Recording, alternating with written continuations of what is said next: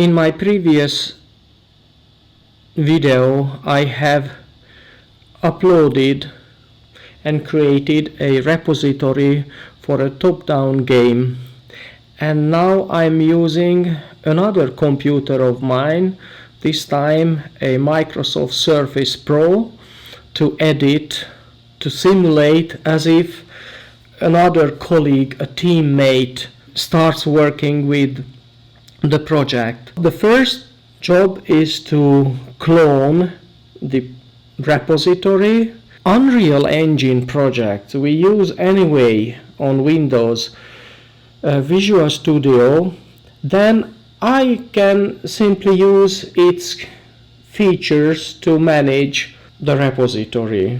So let's clone a repository in Visual Studio. I select here GitHub. I have already configured my account, and here I can see this top-down game, and here I can pick what should be the repository local path. Unreal Projects, that's my local folder where this top-down game is going to be cloned. Press clone.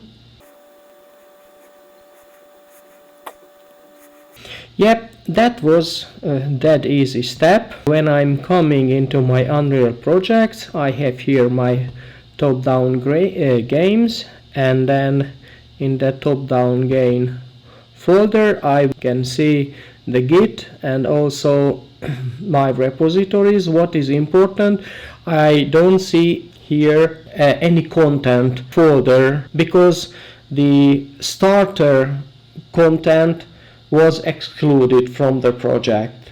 So the easiest way is just to double click here the top-down game U project, which will automatically opens Unreal Engine 5, because in my system this is the only version I have. The first question is, the following modules are missing or built with a different engine version, top-down game, would you like to rebuild them now?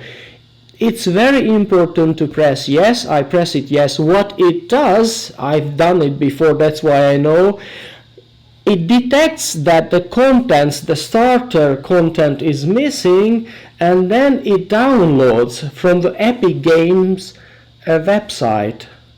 So that's, in my opinion, an excellent feature, that the starter content files you don't have to include in your project because they will be automatically located and downloaded for you from the Epic Games website.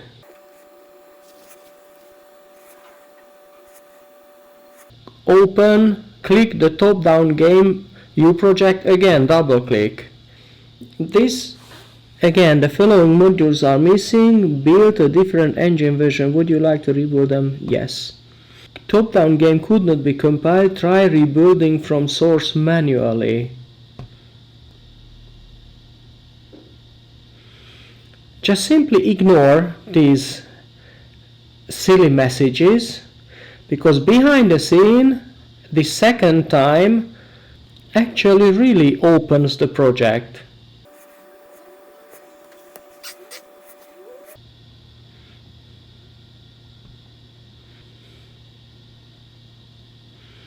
Let's start the game.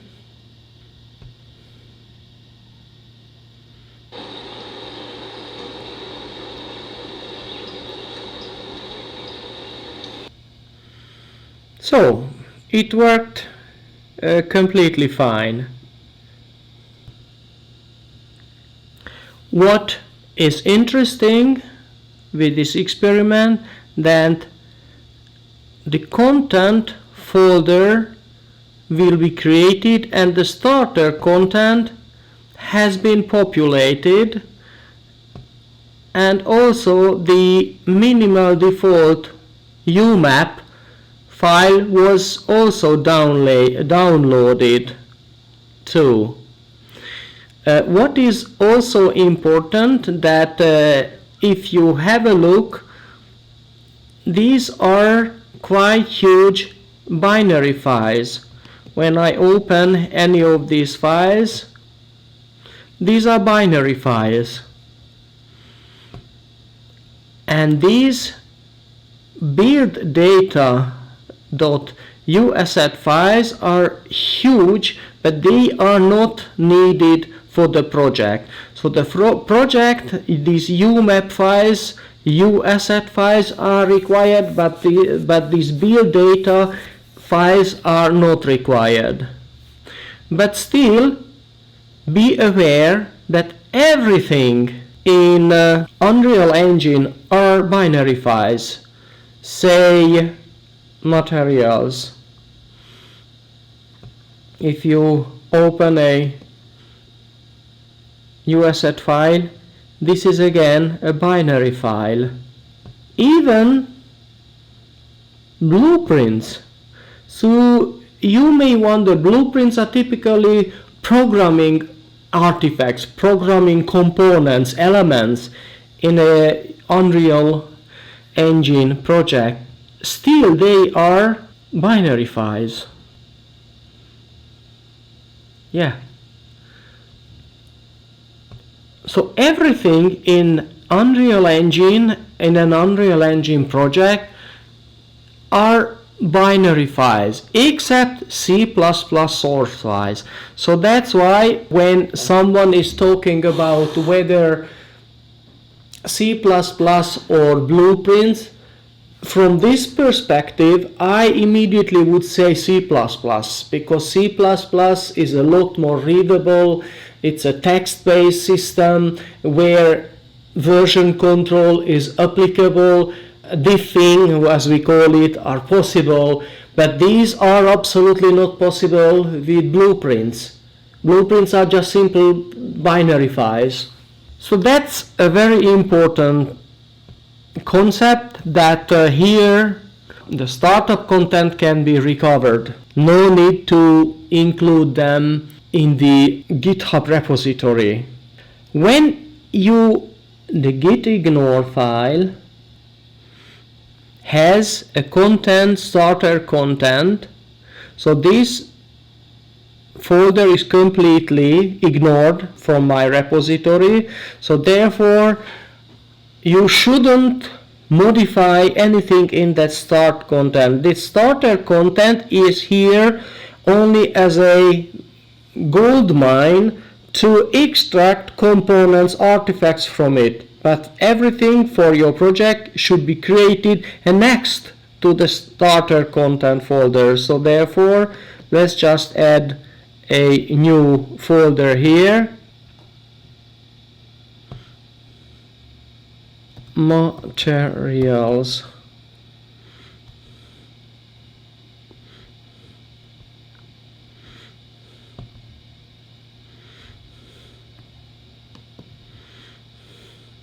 Just add a material, my own first material. Okay, now we have here a material component, and when I'm coming to the tools, they connect to the source control system, because on this project it doesn't automatically detect the source control is readily available. So therefore, every computer where you use it, and in every project folder, you should connect it to the source control and accept settings. There is an important concept here. So that was just a simple and accept source control.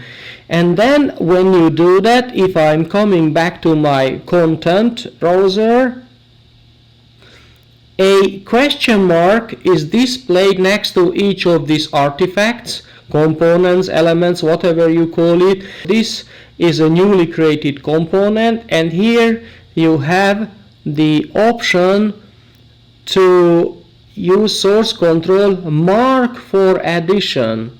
And what this mark for addition does in the case of GitHub is that it adds this component artifact into the source control machinery. That's why this plus means.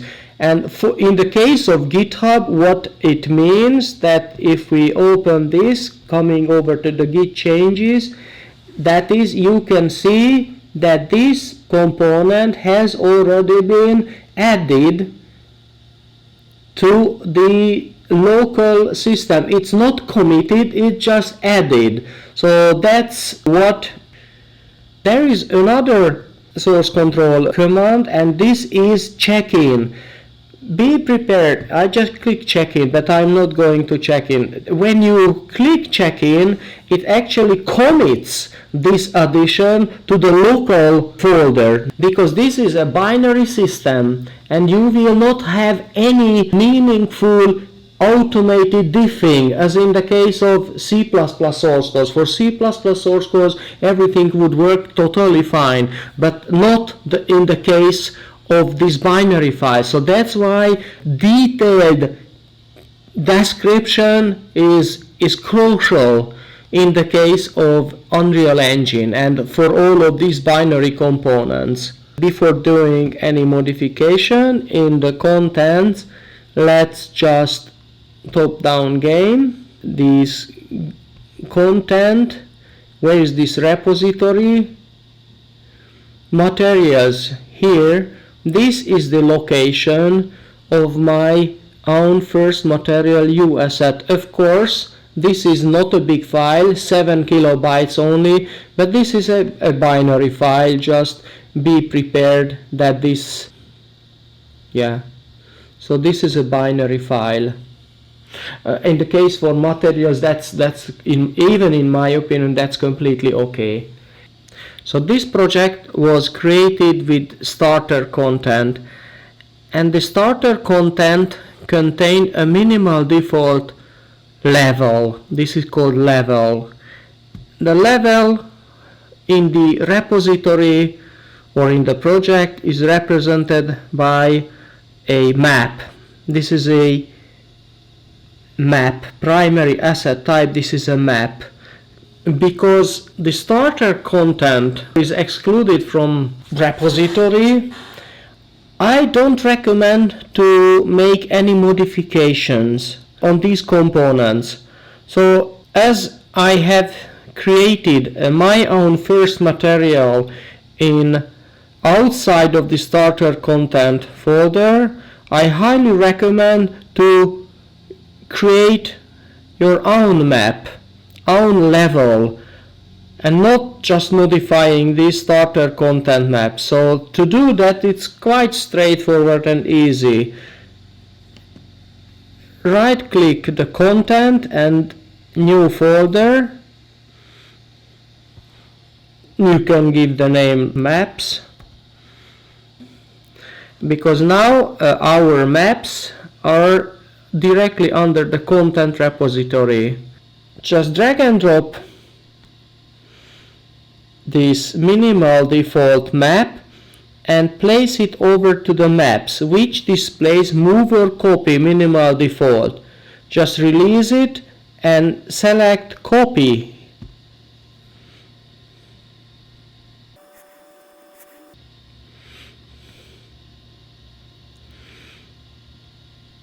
When I come here to the maps, here you go, we can see here this minimal default with exactly the same name as it used to be, with the plus sign.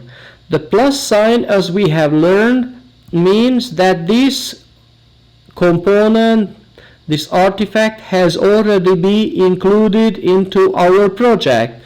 When I'm coming back to our regular maps, these elements are excluded. So that's why this is an important part. When I'm coming to the Git repository, and here what you can see that in the state changes we have so far two components, my own first material and also the minimal default UMap. Just to recap, instead of directly modifying the minimal map or any started component, just copy the components that you want to reuse and modify and work on the default ones.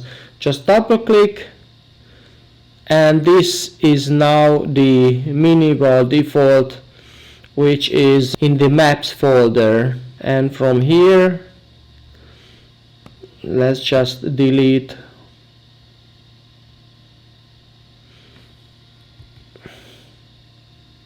one of these component, yes, and save the current level to disk.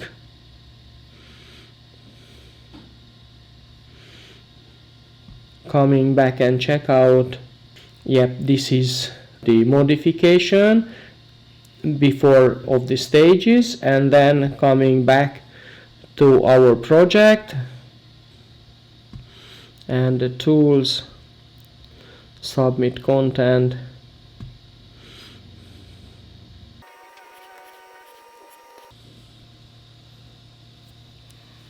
Yep, and these are the two assets that are eligible for committing, and definitely here you can enter your commit changes, and then it will immediately commits the project into the local folder. Let's do it.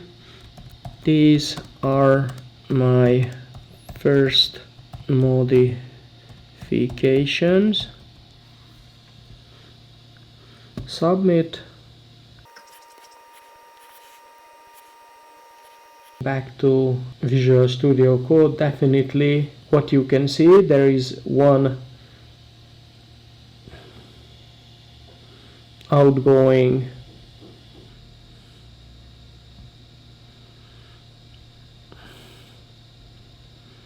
add local repository,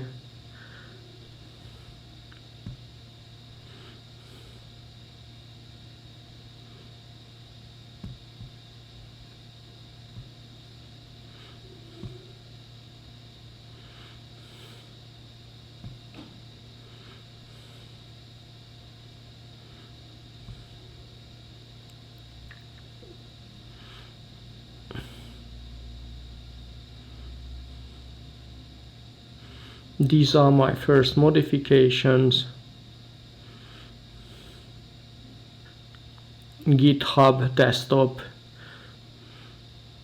My own first material is green,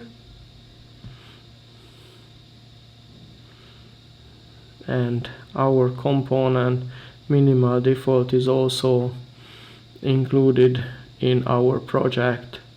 To push these modifications over to GitHub, push, click it here,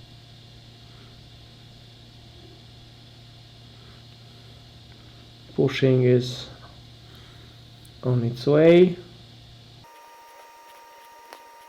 completed, then open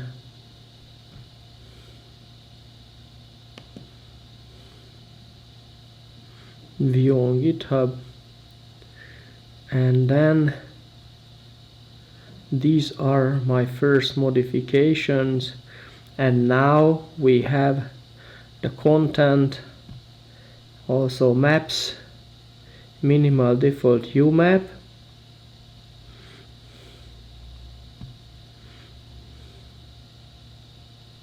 store with git LFS, of course download, view raw.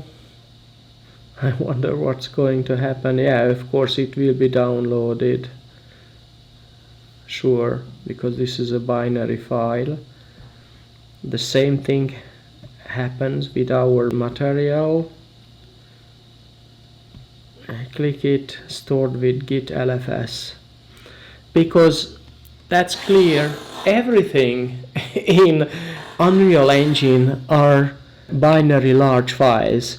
When you open git attributes explains what files are eligible for LFS large file system handling, and just check out everything in the content folder and their subcontainers are LFS files.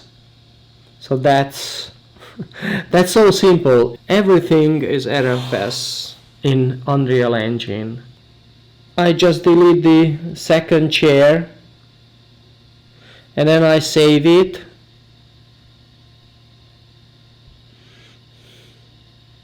Yes, this is checkmarked, it has been modified.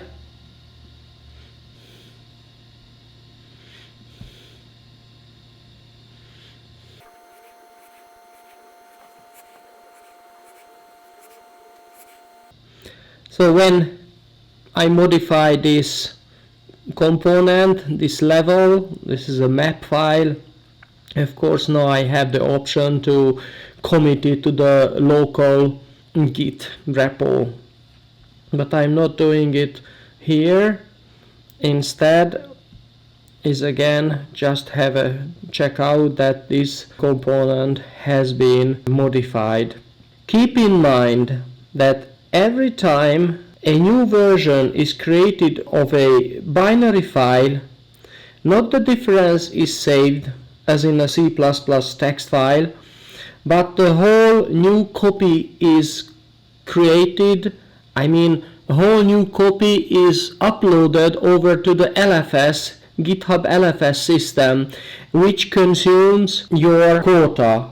As far as I understood, only 1 gigabyte is free on GitHub LFS files on the free GitHub LFS file system. That is, if you want to make a significant, reasonable project, you have the option to pay $5 per month, and then you will have 50 gigabytes for $5 per month, which might be completely fine.